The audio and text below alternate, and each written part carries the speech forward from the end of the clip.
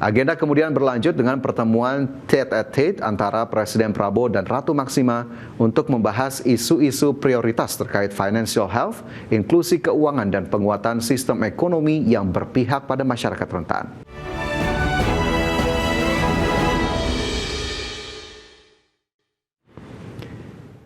Kita awali dengan informasi pertama, pemirsa. Presiden Prabowo Subianto secara khusus menerima kunjungan kerja Ratu Maksima dari Kerajaan Belanda di Istana Merdeka, Jakarta. Kunjungan kerja Ratu Maksima ini sebagai utusan United Nations Secretary General Special Advocate atau UNSGS-A for Financial Health. Presiden Prabowo Subianto menyambut kedatangan utusan khusus Sekjen PBB Ratu Maksima di Kompleks Istana. Suasana penyambutan tampak meriah dengan penampilan singkat tarian tari indang asal Sumatera Barat yang juga dikenal sebagai tari dinding badinding sebagai bagian dari tradisi penyambutan tamu kenegaraan. Usai penyambutan, Presiden Prabowo dan Ratu Maksima berjalan menaiki tangga menuju area dalam istana sebelum menuju ruang kredensial. Di ruangan tersebut, keduanya melakukan salam kehormatan dan sesi foto bersama. Agenda kemudian berlanjut dengan pertemuan tete-a-tete antara Presiden Prabowo dan Ratu Maksima untuk membahas isu-isu prioritas terkait financial health, inklusi keuangan dan penguatan sistem ekonomi yang berpihak pada masyarakat rentan. Presiden Prabowo menegaskan bahwa Indonesia terus mendorong adanya upaya pemberdayaan keuangan dan kesehatan finansial.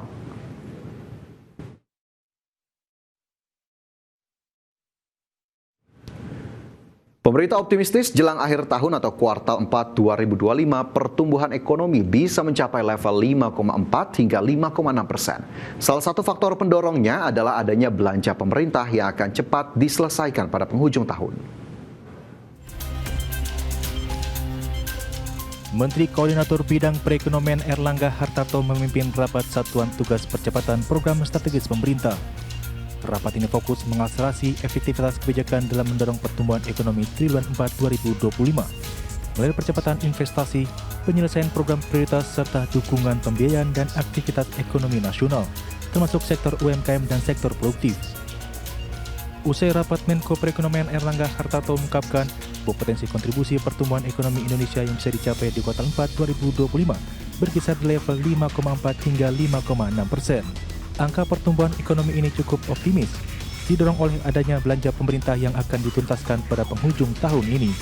Terkait akselerasi belanja pemerintah, terutama kementerian yang beranggaran besar, kemudian mendorong realisasi program prioritas Presiden, yaitu mulai dari MBG, Sekolah Rakyat, Cek Kesehatan Gratis, Listrik Pedesaan, Kampung Layan, dan lain-lain, dan stimulus ekonomi yang sudah diluncurkan termasuk BLT Kesra.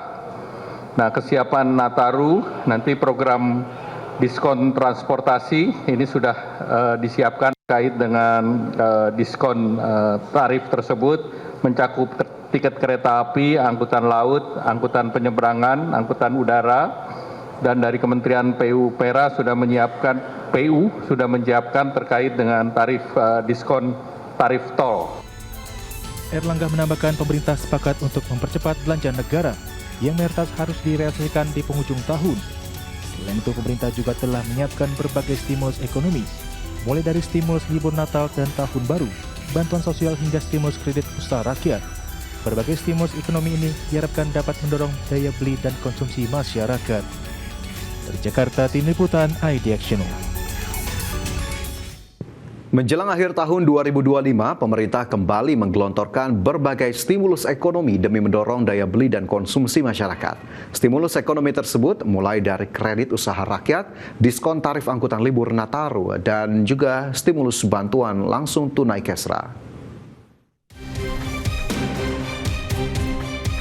Demi menjaga pertumbuhan ekonomi yang meningkatkan daya beli masyarakat, pemerintah secara resmi meluncurkan berbagai paket kebijakan stimulus ekonomi. Berbagai stimulus ekonomi yang digulir pemerintah diperkirakan mendorong konsumsi masyarakat yang selama ini menjadi penopang utama pertumbuhan ekonomi. Stimulus tersebut diantaranya stimulus kur perumahan, diskon libur Natal 2025 dan Tahun Baru 2026, diskon tarif angkutan Nataru, diskon tarif tol hingga bantuan langsung tunai kesejahteraan rakyat atau BLT Kesra. Untuk stimulus ekonomi klaster diskon transportasi, pemerintah telah menyiapkan paket-paket diskon untuk mendorong pergerakan masyarakat selama libur Natal dan Tahun Baru.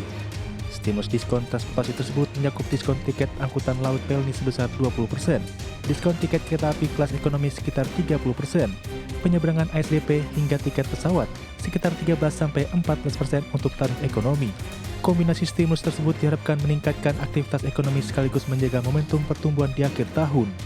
Sedangkan untuk stimulus penyaluran kredit perumahan melalui kredit usaha rakyat atau KUR, pemerintah akan melakukan kredit massal dengan target di bulan Desember sebesar 50.000 debitur.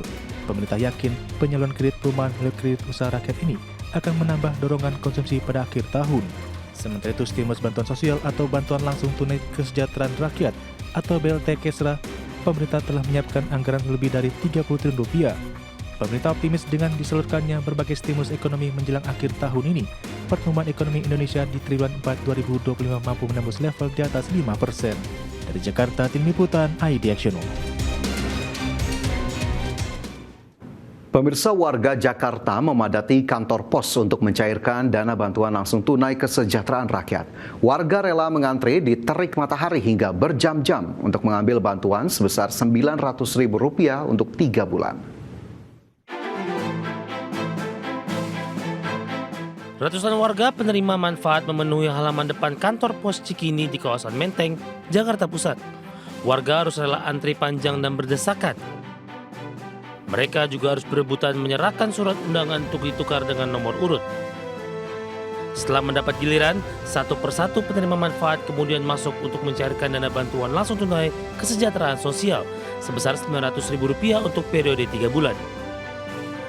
Sejumlah warga mengaku senang karena bantuan tersebut bisa dimanfaatkan untuk memenuhi kebutuhan hidup sehari-hari di tengah sulitnya mencari pekerjaan dan tingginya harga bahan pangan. Sementara itu, warga penerima manfaat di Kebayoran Lama mengantri sejak pagi saat mengambil bantuan langsung tunai di kantor pos Jalan Ciputat Raya. Antrian warga mengular bahkan cenderung membludak sudah sejak pagi. Menurut warga, pencairan BLT Kesra ini sudah ditunggu-tunggu untuk membantu membeli kebutuhan pokok serta kebutuhan anak sekolah. Untuk ngambil BLT, berapa sih? 900.000, membantu buat saya pribadi, membantu, sangat membantu. Buat kebutuhan anak saya yang sekolah, kalau bisa ya seterusnya untuk para single mom. Wah, alhamdulillah banget, bersyukur, semoga program yang dikeluarkan ini berkelanjutan. Bantuan langsung tunai kesejahteraan rakyat telah disalurkan pemerintah sejak Oktober 2025 lalu kepada 35.046.783 keluarga penerima manfaat. Selain untuk mendorong daya beli masyarakat, penggelontoran BLT Kesra juga sebagai ketahanan ekonomi masyarakat kecil di tengah tingginya harga bahan pangan. Dari Jakarta, Rani Sanjaya dan Miftahul Gani, IDXNO.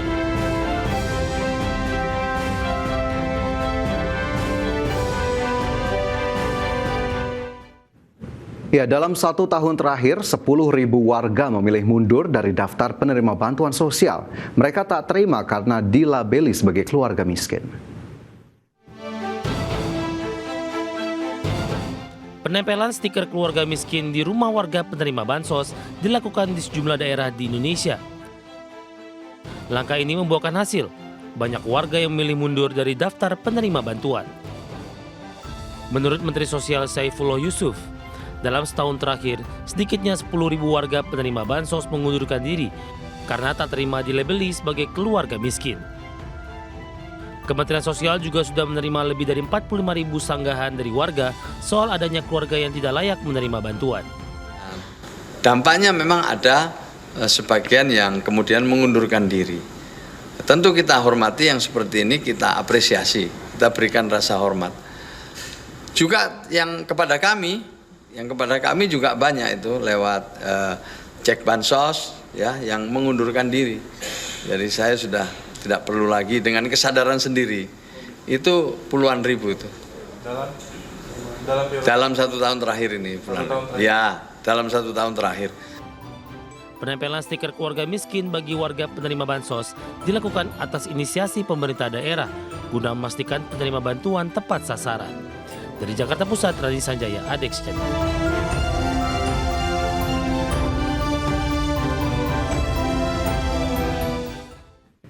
Wakil Menteri Perhubungan mengungkapkan Bandara IMIP di Morowali terdaftar dan memiliki izin. Informasi selengkapnya kami hadirkan untuk Anda usai jeda.